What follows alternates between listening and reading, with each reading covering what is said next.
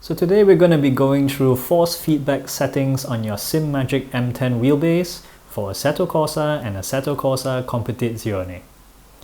Now use my settings as a general guide if you will. You will have your own personal preference on what works for you, what feels better for you, or what feels more real for you compared to what I do.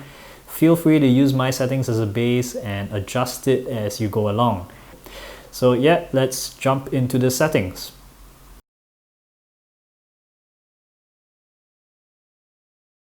Okay, so now in Race Manager 3.5, you'll see that the settings that I've adjusted here, total force, I've put it down to 80%, wheel speed, I've put it down to 60. I find that wheel speed, if you put it to 100, it kicks back way too fast, the wheel spins too fast if you crash into a wall. You could really hurt your thumbs if you do that. All the other settings for wheel damper, overall filter, wheel spring and wheel friction, I've left it at 0. For the game effects and everything else, it's pretty much the default that Simagic comes with. Steering angle in ACC, take note you need to put this to 540 degrees. In AC it'll be 900 degrees depending on what car you're driving, but in general ACC is 540, AC is 900. Everything else is as it is, the default settings. We will jump into ACC now and see how the settings are in there. Okay, so now into ACC, in options and under controls, the gain I have set it to 55%. You'll feel anything between probably 40 to 60% is pretty much spot on.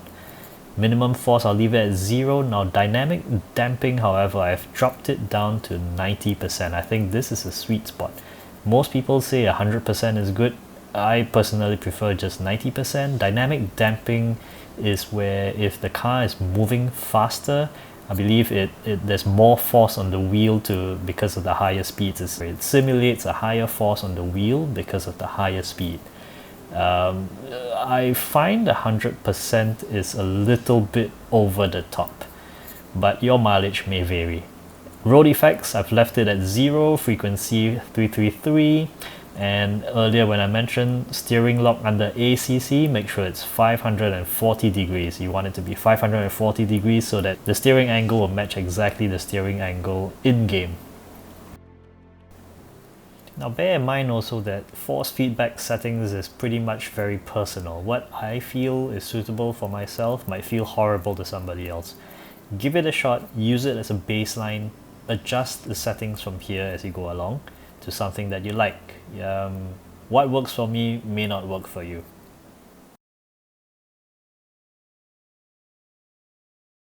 Okay, so now we're going to go into Assetto Corsa. I'll keep all the other settings the same. The only setting that I'm going to change is the steering angle from 540 for ACC. I'm going to put it to 900 in AC, so that's what you see over here. 900 degrees. Now of course it depends on what car in AC that you're driving. There's a very big range of cars that you can choose from. Most of the road going cars you are going to want to put 900 degrees, probably 540 degrees for GT3 or GT2 cars, and if you're doing Formula cars, probably even lesser than that. Alright, so let's jump into AC now and see what settings we have in there. Okay, now so in AC, I've actually set the gain relatively high compared to what most other people run at. I've set the gain to 80%, filter at 0% and minimum force down to 0. Now this is the part that is a little bit controversial. Under effects, most people say set everything to 0 if you want it to be as realistic as possible. I personally feel 0 doesn't work for me. The steering wheel is way too dead. I never liked how it feels. I've played around with all the different settings and I think that this works pretty much perfect for me. Curb effects, I like to put it to 50, 51 degrees, thereabouts. Road effects is 0. Slip effect, I'll put it down to 20%, and ABS effect, I'll put it to 20%. Now for curb effects, it may seem very high at 51%, but give it a shot. Put it at 51%, load up that track. Is it what track is it called in the Netherlands?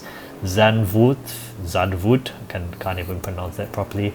Load up that track try driving over the ripple strips. There are two different curbs. I'm going to show that to you shortly, but two different curbs. Drive over the ripple strips. You can actually feel the difference in the curbs in the wheel.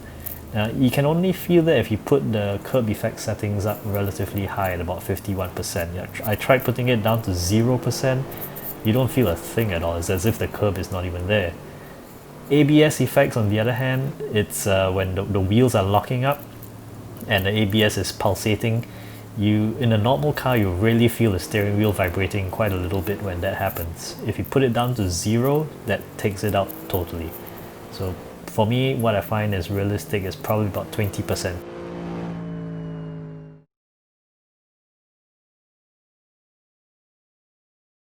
So now the other settings that I want to run through with you guys are the drift settings in Assetto Corsa. Now for drift settings, you're going to want to set up in Race Manager a profile for that. So you can see I've saved mine as drift.ini.